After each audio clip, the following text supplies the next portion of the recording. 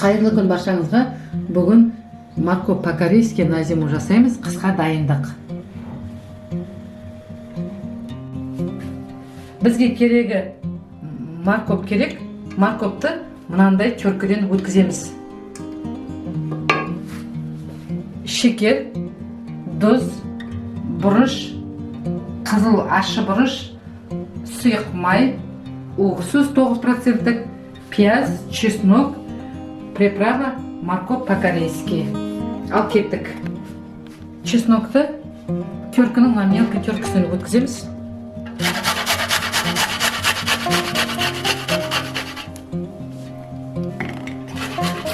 Морковь по-корейски специяны саламыз. Шекер.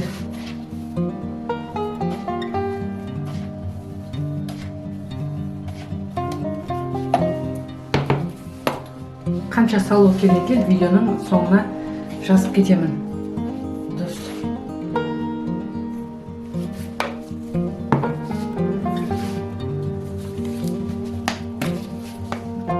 Қара бұрыш. Құрттай саламыз бұны.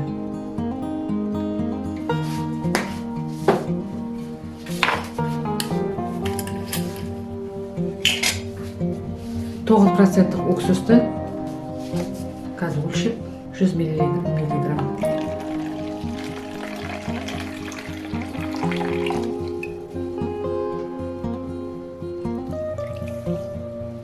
Құйдық. Жақсылап араластырамыз. Езбейміз, қыспаймыз, тек араластырамыз.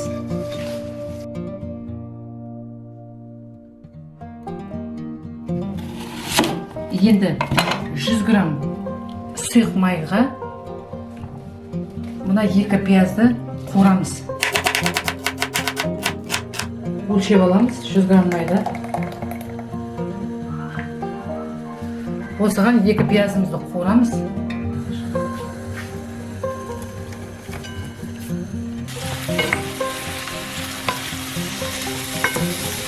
Пиязымызды әбден қып-қызыл болғанша қуырамыз.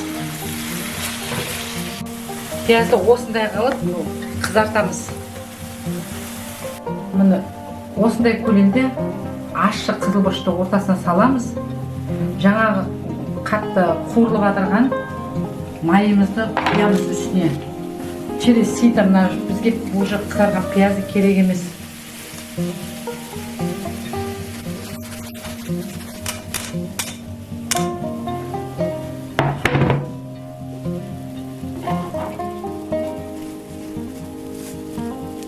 Пиязды алып тастаймыз.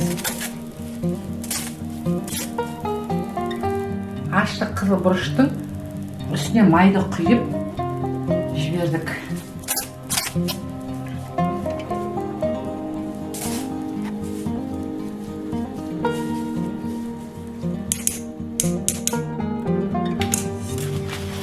Енді жаймен араластырамыз. Тағы да банкіге саламыз. Стерилизовать етіліп тұрған банкіге. Сосын 10 минутқа қайнағаннан кейін 10 минутқа банкілерді стерилизовать етеміз сыртынан. Сосын жауып тастаймыз. Банкімізге саламыз. Жақсылап басып жібереміз. Әзірге тек морковьны саламыз. Соңынан қалған астындағы суын банкілерге бөліп құйып жібереміз.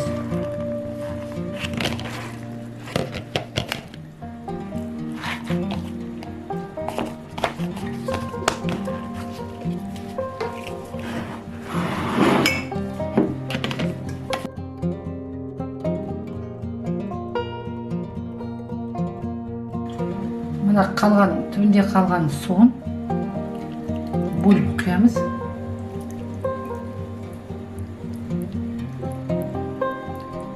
Сосын кастрюльге салып, қайнағаннан кейін 10 минутқа, су қайнағаннан кейін 10 минутқа қайнатамыз, стерилизовать етеміз.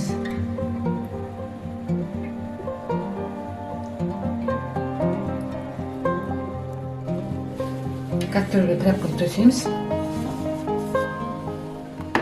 крышкалерді саламыз.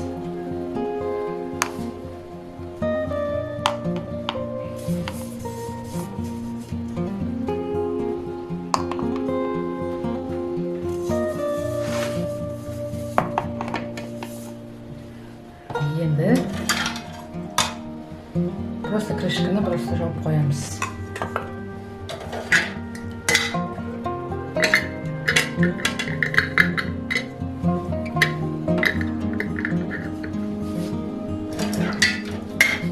Бұрандалы крышкалерді қатты қылып бұрамаймыз.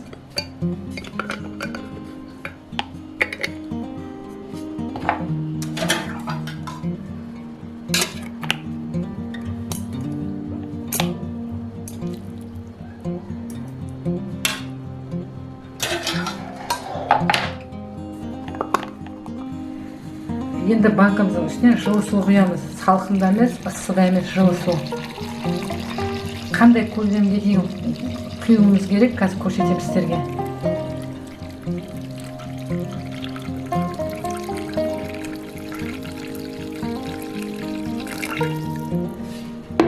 Міне қараңыздар.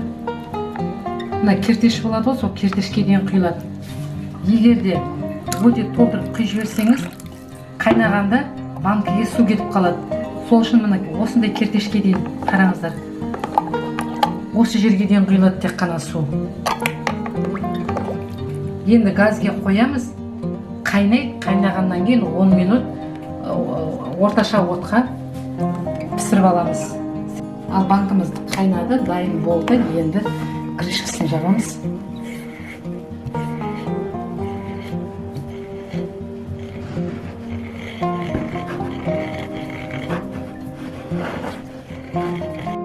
Енді міне салатымыз дайын болды. Қараңыздар.